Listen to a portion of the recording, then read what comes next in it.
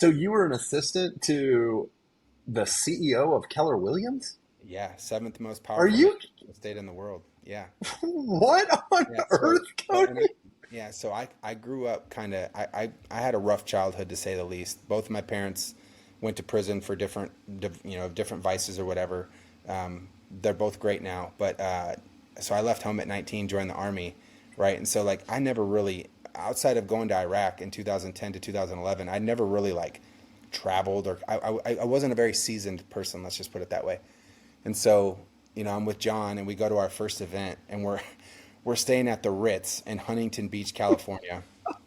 And I'm like looking in the mirror in my hotel room and I'm like, what? Like, how did this happen? So that was my first ever, like my first time ever being out in the field. You gave up alcohol. What are some of the first things that you noticed? And what are some of the things that you're thankful for now that you've got some time under your belt? Yeah, so one of the first things I noticed is when I was in a social situation, I was like, what do I do with my hands? Like it's like what do I like how do I sit on my hands? What do I do? Like do I just grab a drink of water, and then your social circles get. Welcome to House Money with Corbin Matisse.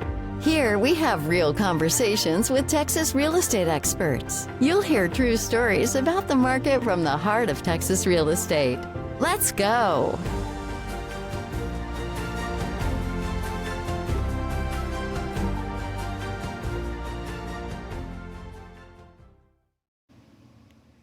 Cody Wickham has over 9 million in production and has helped over 17 families in the last 12 months. He's a devoted football coach to his son. He leads the Wickham real estate team. Cody Wickham, welcome to the show. Thanks for having me, man. I appreciate it. So, we were talking about a topic that has come up for other realtors before we started recording. The topic is we work for free up front. Some realtors have shared pretty emotional stories about what it's like when they put a lot of work in for a client, sometimes for years Yeah. before they end up getting any, I hate to say it, but getting any return on that time. So, how do you deal with, first off, has that ever happened to you? Have you ever kind of been like overexposed, overextended on working for a client for no return just yet? Have you ever gotten yourself into that spot? Definitely, man. On both the buy and the listing side, there's definitely been times where, um, and not only just your time, but like your money, right? I think one of the ways that we handle the objection about how much we're paid is that we pay for all the marketing up front. So on a listing, like on a good, a good price point of a listing, you could easily spend $15 to $2,000 on the marketing package if you're doing a full set of photos and video and the staging that goes in that. There's the time and stuff, and you're really kind of. I know there's a lot of agents out there that put, in their listing agreements, they put, should some sort of clause in there if it expires or comes off MLS that you get recouped back some of that money. Um, but I think the value and the challenge when you're a good agent is that you're going to be able to get their home sold, and you go into that knowing that you're going to pay this money out front to get all this stuff and get the house looking like it needs to, and you're going to get it back on the backside. Now, I liken that to, and this is what I teach agents on my team, and I feel that we're at a crux in our industry. Is I can lead you to water. Any agent can lead somebody to water. My job is to make you drink. Whatever it takes on the listing or the buy side, I got to get you across the finish line, right? I got to get you out of your own way. I got to get you to get that drunk monkey off your back telling you can't buy a house, telling you can't afford it, telling you that the taxes are too high, telling you this, having your uncle from Michigan come down and tell you that the home's a piece of crap. Like I got to get you over all of that stuff. So, I got to get you to water, but then I got to take your head and dunk you down in it and make you drink, because it's, in the long run, that's what you're paying me to do. You're Yeah, paying that's the truth. you're paying me to facilitate the transaction and make sure that we're in compliance and legally that you're safe with everything. But you're also paying me to tell you what you don't know so you can make the best decision for your future. And That's sometimes the absolute truth. and sometimes that's scary, right? When rates are at 8%, and you're looking at rising property tax bills, and you're looking at the economy, and when we might be on the brink of World War III as of tomorrow, it's scary, you know? So my job, and I think where I have found a little bit of success, is just, it's empathy, man. It's listening to people talk. It's hearing their concerns and validating their concerns and saying, look, here's how we can combat that. Or, hey, look, here's how we shield ourselves from that. You know, it's so important, you know, as an agent, I know I'm kind of getting off topic here, but it's just so important as an agent to just value. You got to listen. I think, you know, I used to work directly for John Davis, who was the president of Keller Williams for multiple years and later became the CEO, you know, and he used to, you know, I learned so much knowledge from that man. And the number one thing, whether it's recruiting, you know, because he was the ultimate team leader, recruited hundreds of thousands of agents to Keller Williams in his time. You know, it's listening to understand. Every client is different. Every family is different. Every financial situation is different, right? And so there's so many people out there. I feel we live in such a fast-paced world where so many people are listening to just respond, and they're listening to combat versus listening to like actually, what is this person going through? And then crafting a plan behind that to get that person where they want to go, even though they might not have even known that's where they wanted to go. So how would you coach an agent? And maybe we look to yourself, like, what do you say to yourself when you're there as an agent in pain? And this is for other agents and maybe your team. You're an agent, you're there in pain, you're overextended, you've over delivered, and you haven't been paid yet. Yeah. What do you tell yourself to keep delivering a good service, to keep serving the market? I think you know, Gary Keller always says, fail fast and fail forward. You're going to take your lumps in this industry, and there's going to be times when you do everything right for a client, everything right, and they're still going to turn on you. They're still going to choose their neighbor, or they're still going to choose their cousin's best friend to help them buy or sell. Or you do everything you can on a listing and it sits for 90 days. You keep telling them, hey, you know, price, everything. Because right now everything is about price. I don't care what anybody says out here. Everything is about price. And you work your butt off 90 days. You know, you get to the end of your listing agreement and they decide to go a different way and they go find a different agent. There is so much to be learned in all of that. All of it. There's so much to be learned. You know, and the truth of it is as I think as you get more further along in this industry, you start to realize, you know, I think a lot of seasoned agents will tell you, I know from the jump if I want to work with you. Are you like, because as much as I need to listen to you, you also need to be ready to listen to me, right? I do this every day. I see what's going on the backside, and at a high level, I'm in the weeds of real estate, and I have a pulse on this market every single day, right? You're coming into my world now, and you're probably going to be in my world for about 30 to 60 days if we do this right. So as much as you need me to listen to you and take into account what you need, I need that seller or that buyer to be ready to listen to me, because I know what it takes to win in this market. And if you're not willing to do that, then what are we doing? I am a realtor. I am not a magician. I think the big thing right now when you're talking about price, so many people are kind of looking at, well, what are you doing for your marketing efforts? Or what are you doing to put my house in front of people? And the truth of it is, man, like, I'm a realtor, not a magician. I would love to bring $1 million buyer to a $600,000 house. One, I would look like Superman, and two, I'm gonna make a lot more money, right? The truth of it is that just doesn't exist. And so if you are truly serious about getting your home sold, I need you to listen to me, because I know what it takes to actually get it sold. And maybe, you know, let's have a very honest conversation. And if I tell you the price that it's going to sell at and you're not okay with that, then let's hold off and find a different avenue. Let's turn that thing into an investment property. Let's wait for a couple years. Maybe now is not the right time to move, right? But if you're sitting here and you're screaming at me that your home's worth $725, and I'm showing you literally hard data showing that it's not worth a penny over $625, that's a big disconnect, man. And I'm not going to take a listing just to take a listing. Yeah, I think people are going to appreciate the honesty. Tell me about your listings right now. You have any live? I do. Yeah, I think I got 7 or 8 of them live right now. A couple pieces of land, and a couple. I got some good ones that are priced well. It's just one's in Easton Park. I got one in Easton Park right now that's priced really well. I think it's like the second or third best priced home in Easton Park, and the best price for sure with a true 3-car garage. But I'm just competing against new construction, and that's at at this point is pretty impossible. Because just the closing incentives and everything that they're offering on the financing side makes it really hard to compete over there. I got a fully furnished Airbnb in Wimberley that's awesome. Um, kind of You got one in Bastrop. You got one in Bastrop County, don't you? Got one in Bastrop. Yeah, that's on 5 acres of land. The only hesitation on that one right now is there's a big creek behind it, and some people are just kind of iffy on it. It's not in a floodplain or anything, but it's a wet They're weather worried creek about the out creek. there, and it's a pretty steep drop off, and so it kind of takes away from the the allure of the 5 acres. It's really it doesn't live like 5 acres. So Got those it. are So it's like and I got it two more coming the on that are really cool.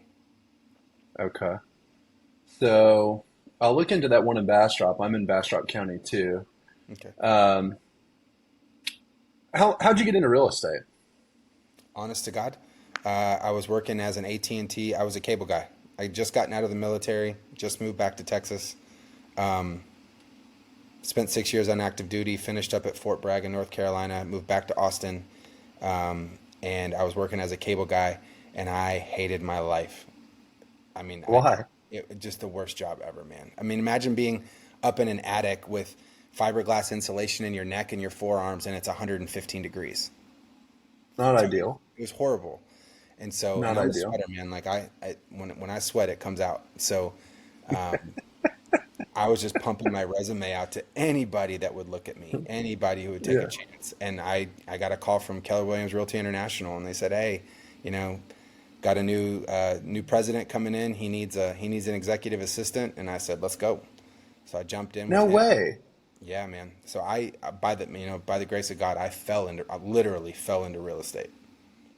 So you were an assistant to the CEO of Keller Williams? Yeah, seventh most Are powerful you state in the world. Yeah.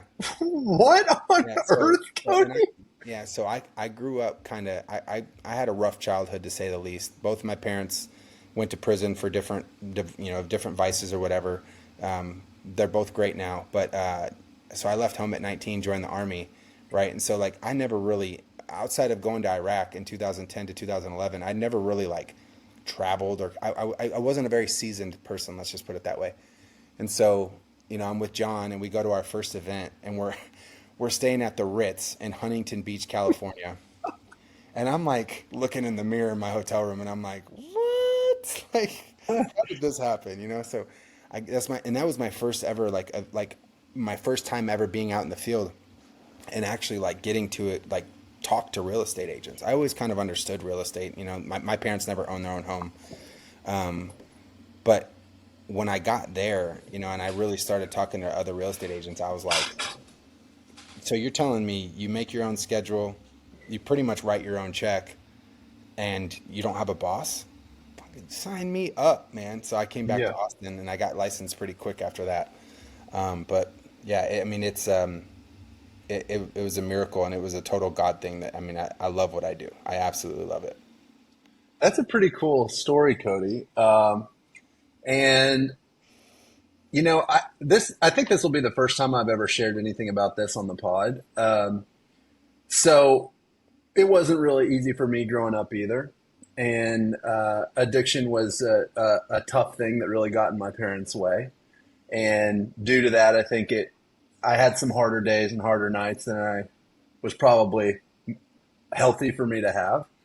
To put things very lightly. Right. And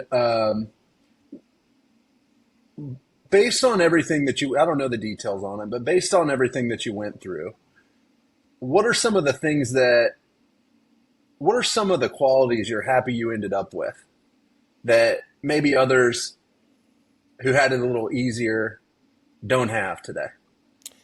Um, I mean, I think inevitably in life, when you go through challenges like that, you have a choice. You can become a victim, and you can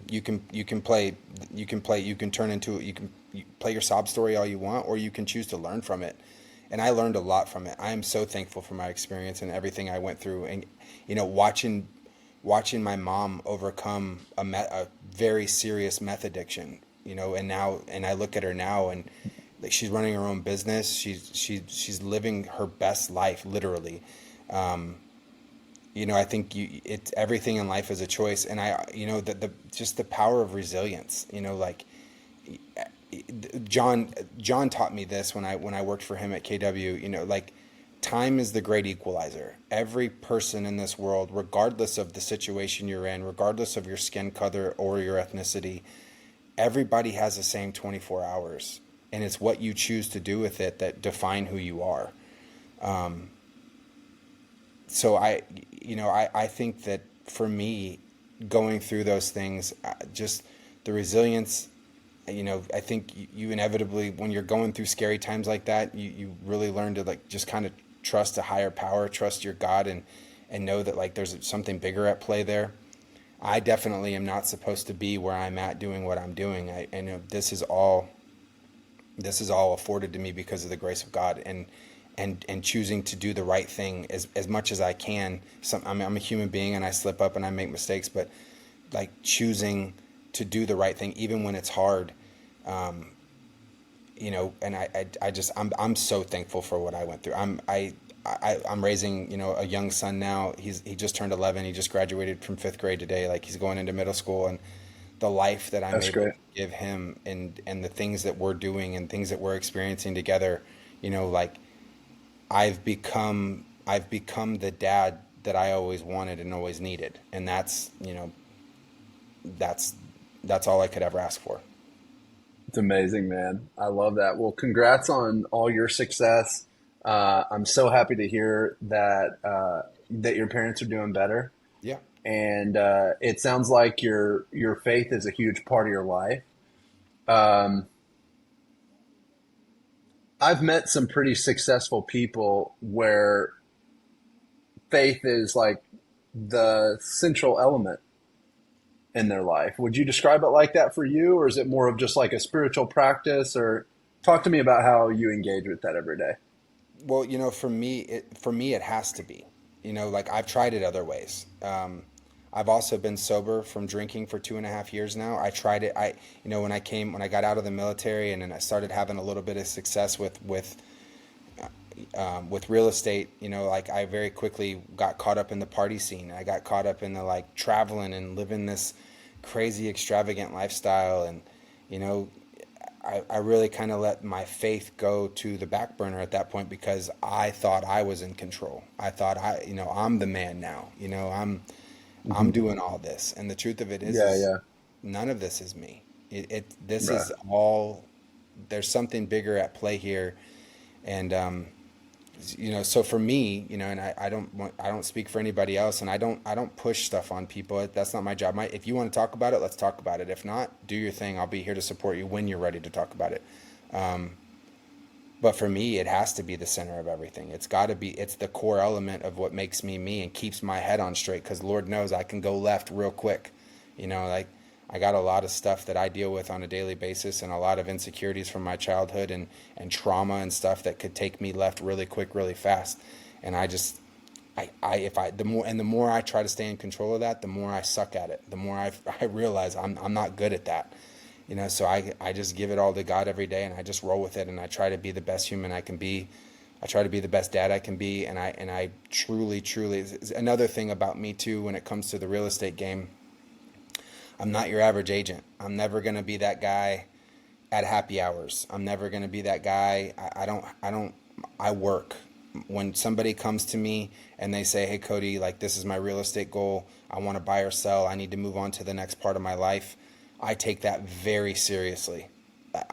That's a huge burden to bear, and I love it. I love that people trust me to do that, and I have a very high sense of, I don't want to ever disappoint people, and so my time isn't spent out here talking about how great I am, or sitting at a bar with somebody and saying, oh, you did 12 million last year, I did 17. I don't care. I don't give a damn about stats. I want to help as many people as I can. When people need a place to eat, when people need to know a good child care center, when they need to know somebody to fix their foundation, I want to be the first person they pick up the phone and call because they trust me. That's all that matters to me. Yeah. Yeah.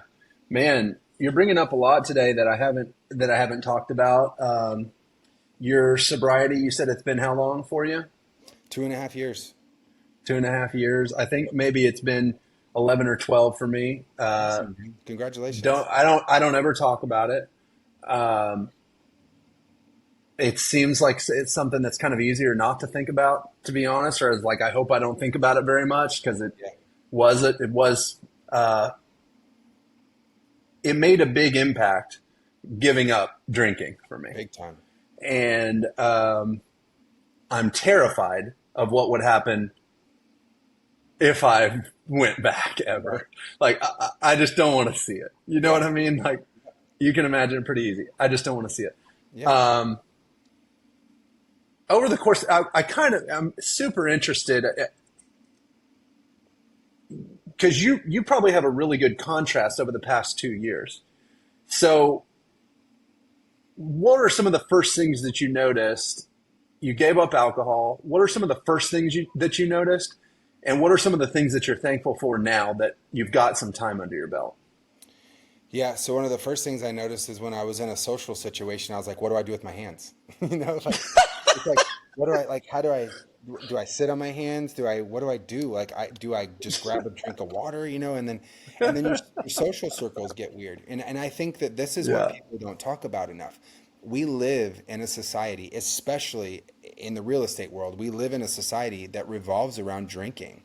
It revolves around drinking and or being drunk. I mean, you Yeah. think about there's happy hour and everybody was, oh, let's pop a bottle of champagne to celebrate a closing, or oh, let's go to a game and have some beers, or oh, and nothing wrong. I don't want this to be taken wrong. I have nothing against people that drink. There's people that can do it and they function well with it, and it has become a part of their life. For me, if I was the guy that had one, I was having 100, and I could drink Yeah. tequila all day long and stand still. And then, and I was the funnest drunk ever until I wasn't, right? Yeah. And then it was like this wrath came out of me, and then it was just, and then I felt like I was living my life always apologizing to people, and it Yeah. just was like this stupid cycle. And I was like, bro, let's go. Like this is no longer serving you. This was not God's plan for you. Let's move on. Let's find something better to do.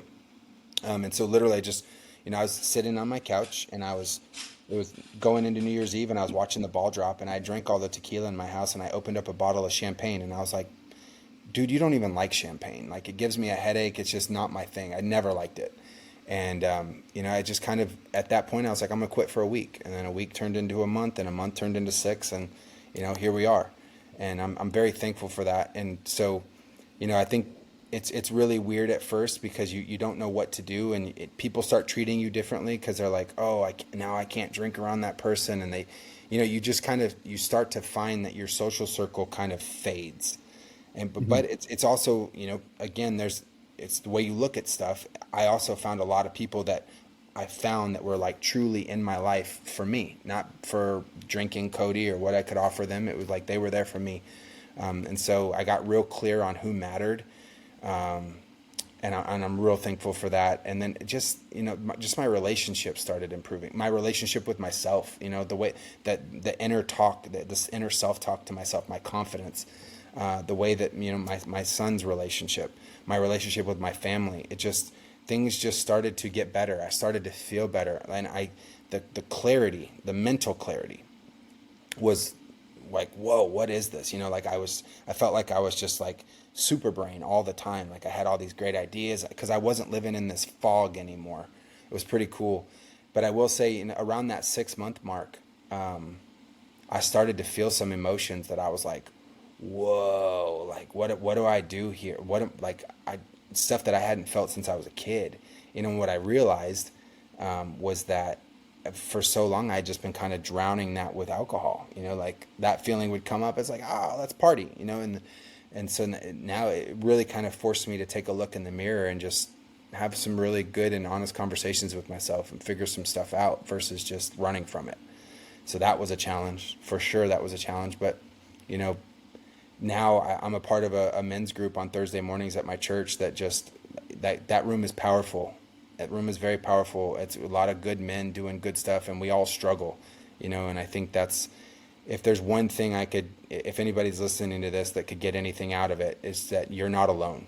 Pick up the phone and call your people, and it's never too late to make some changes in your life. Never. You know, there's people out here that have done it. There's people out here that are willing to support you all the way through it, and just the first step is the hardest, but just take it. It's like, bet on yourself, invest in yourself, and like, just, you know, you get one crack at this thing, one crack. No one said you're not a damn tree. Move, make some moves, do some stuff, do things differently. That's awesome, Cody. I noticed that you talked about your son. Congrats on his recent graduation. Thank you. You said what, he's 11 years old? Yeah, he just turned 11 in April. That's awesome. I coached my son Major's baseball team and lacrosse team, nice. And coaching was a really, I don't know how I ended up doing that, but I just always did it. I coached my son's football team, and it started 2 years ago as kind of like a de facto, like, hey, we don't have a coach, you got to step in and do this stuff. And I was like, okay. Right. Now I'm going into year 3. I'm taking the 12U black team. I'm on the board of the football program. Like, it's like, how did I get here? Well, it was just felt really right, you know. You know, you talked about you're getting to be the dad that you needed. Yep. Growing up, and you know, it just felt like the right thing to do to spend time with my son. Being in real estate, we have the schedule freedom to be there for our kids whenever we need to, for the most part. You know, like, you can have something on the calendar and you might be late to a practice or something like that, but I think for the most part we do have the luxury of you know, the freedom to be there for our kids. What would your advice be to him? So let's say that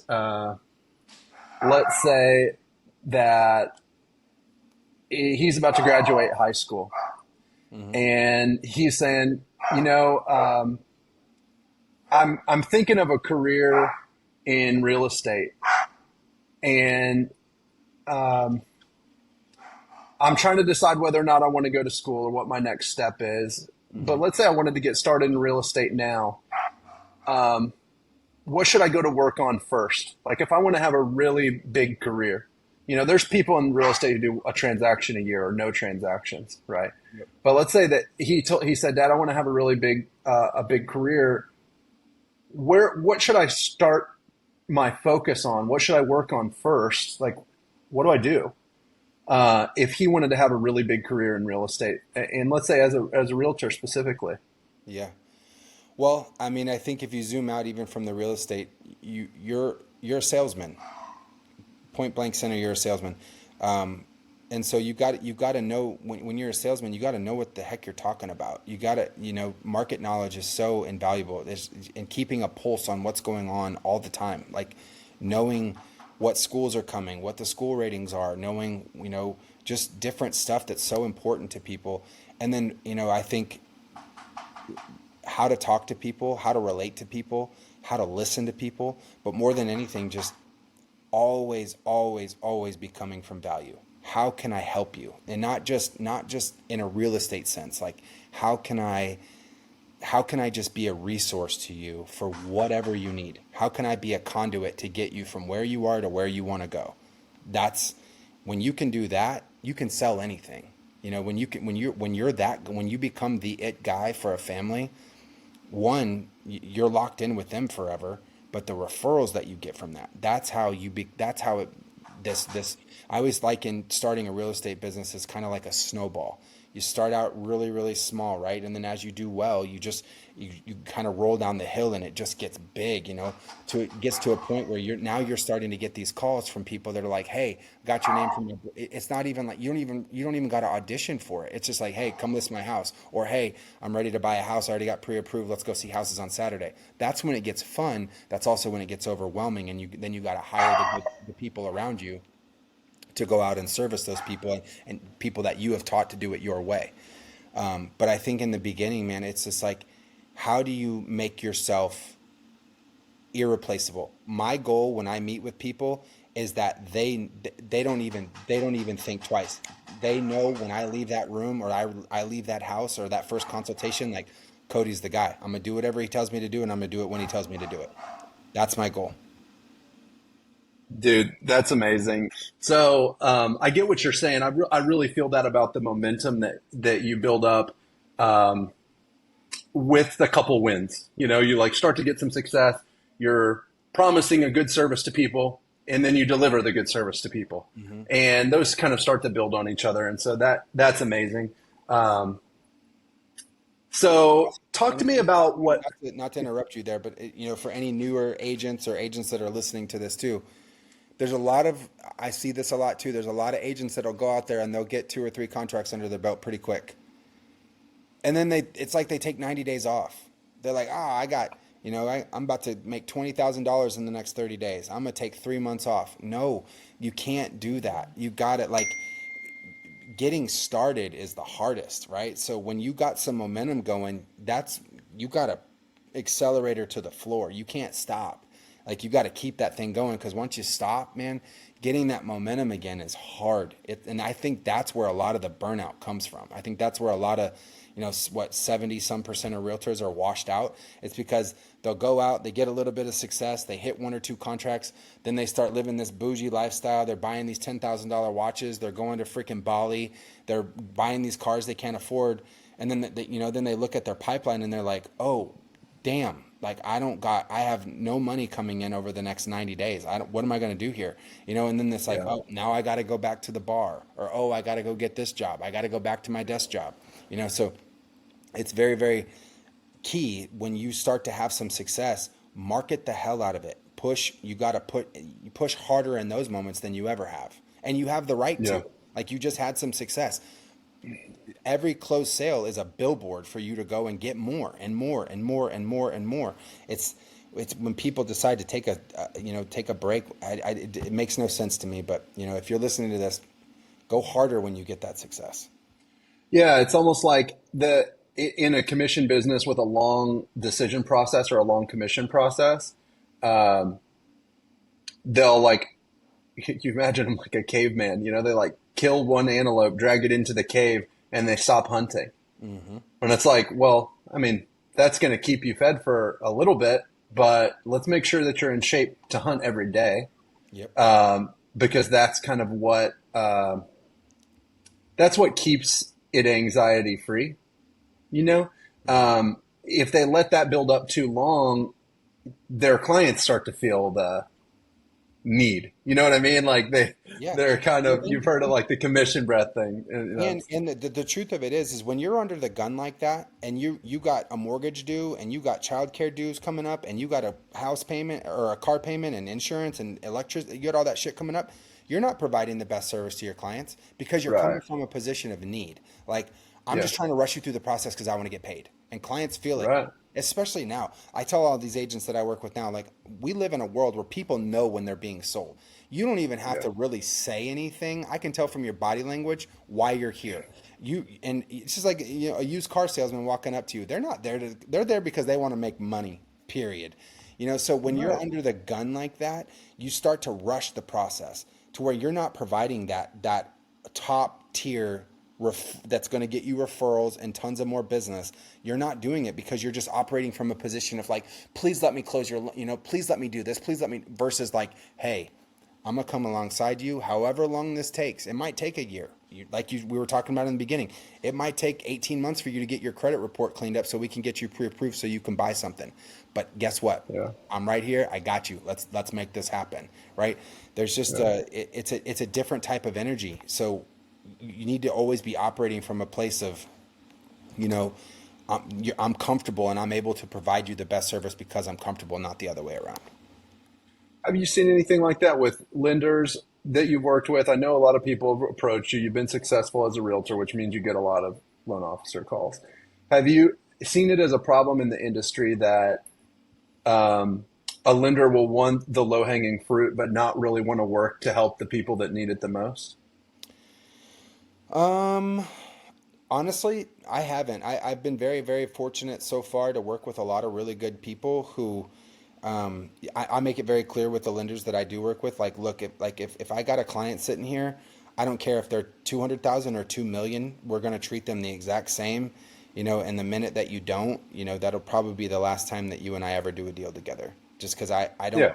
I don't, I don't I don't treat anybody differently. I actually love first time home buyers and veterans. That's what makes my heart stay in this business. And I Yeah. treat them just like I would a multi-million-dollar client. It's just, but to answer your question, no, I think the lenders that I've worked with around Austin are very in lockstep with me in providing that top-notch service, and I'm very thankful for that because I know I've heard horror stories, and I'm just somehow thankfully I have that has not been an experience of mine to this point, to this part of my career. Do you think that the VA loan is the best loan product in One America? hundred percent, 100. I think it is too. Veterans don't even know. Veterans have no idea how rich the VA loan can make you if you do it right. And Hmm. I coach a lot on that. I mean, I'm about to buy my third house using a VA loan. I never thought I would own a house ever, given my upbringing. Now I'm about to own almost $2 million of real estate and it's all from the VA loan, all of it. So That's crazy, bro. it's the most powerful tool out there, and it's just such a shame that a lot of these veterans don't even know that they have it available. And if you use it the right way and you maximize everything that it entails, I mean, you can make some serious money. Yeah, so that is a huge success story with the VA loan. My loan partner Heather worked at Veterans United for a number of years, I think over 10 years, and so we get a lot of veteran business just because they end up with a really good experience. She is way overpowered on that one loan product. Yeah. Um, Talk to us about um, how you did the $2 million in real estate thing. So like what are the tactical details or what's your coaching for veterans on how you got to the point that you're at now or where you're about to be? Like talk to us about the details on it. Well, you kind of got to make a decision if you want to be a landlord or not. It's not for everybody, but for me, I bought a condo in April of 2020 that had been on the market for 97 days. I got a really good deal on it, and then obviously we hit that boom, right? Um, Hit that boom. I refinanced it into a conventional loan. You again put a tenant in there, went 0% down with my certificate of eligibility back in my pocket.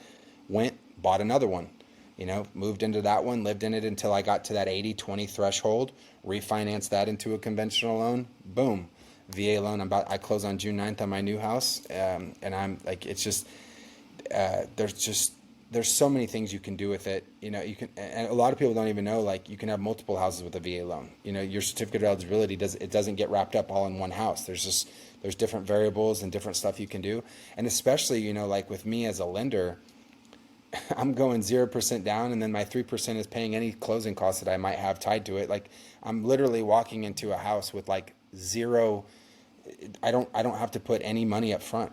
I mean, I'm usually the time between my commission and stuff that's coming back to me, I'm usually walking away from the table with money in my pocket.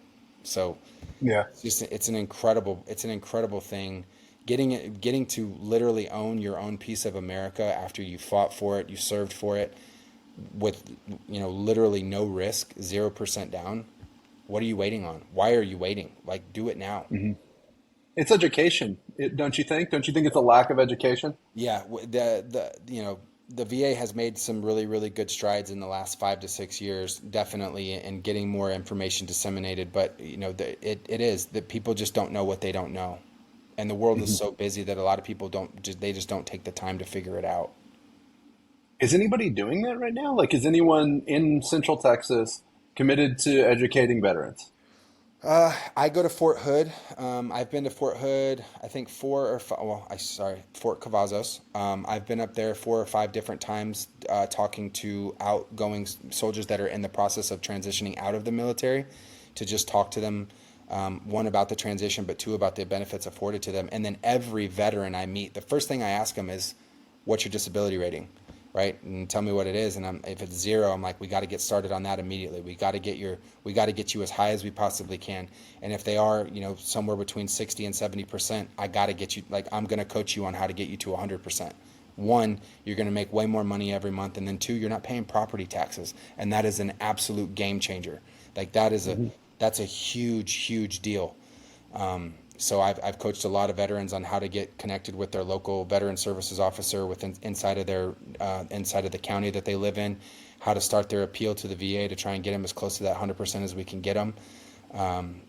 So I definitely could be doing more, and I think that there's a lot of veteran people that have served that are also agents. We could all probably be doing more. It's just, time. I might hit you up to put something together for them. So I know Heather would want to fly down. She's on the West Coast. Okay. But her and I have been working together for a few years. I know she'd want to come down if we could set up something to help veterans where they were getting the information that they needed and knew how that they could take some wins, right? Like, owning 3 houses or $2 million in real estate, that's a win. If we could put that in front of people, that's enough to sit down and say, okay, I'll give you 20 minutes of my attention for that. Yeah. Right. Maybe just the title VA loan doesn't really explain it. I think $2 million in real estate does the job. Yeah. You know what I mean? As if being a homeowner wasn't important enough, I think that the ability to really use it to grow could do the trick. So I might reach out to you. Let's go. To talk more about that. Absolutely. Well, Cody, I just want to say thank you so much for coming on today. Absolutely. This has been very, very good, and I really appreciate you. And I think people are really going to get a lot out of what you said today. Thank you so much. Absolutely. Anytime. I appreciate the time and the platform to talk. Like I said, realtors love to talk. Thanks, Cody. If we already know each other, thanks for dropping by. If you're a first-time listener, then we'd love to hear what you think. Please follow wherever you're listening and consider leaving a 5-star review so that more awesome people like you can find our content. To learn more about loan options with Corbin, visit MatisseMortgage.com and click free phone consultation. Take care, and we'll see you next time on House Money with Corbin Matisse.